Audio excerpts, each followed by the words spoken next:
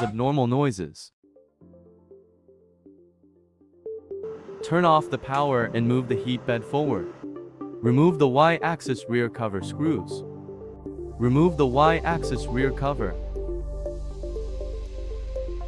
Remove the eddy current coil. Place the eddy current coil base upwards. Wipe it with a cleaning cloth. Apply a little lubricant grease with a cotton swab. Apply it evenly on the eddy current coil. Apply lubricant oil to the surface of the Y-axis belt. Press the tightly with a cleaning cloth. Push the heat bed back and forth to evenly spread the lubricant oil. Reinstall the eddy current coil and lift it to avoid scratching the belt. Install the eddy current coil screw. Install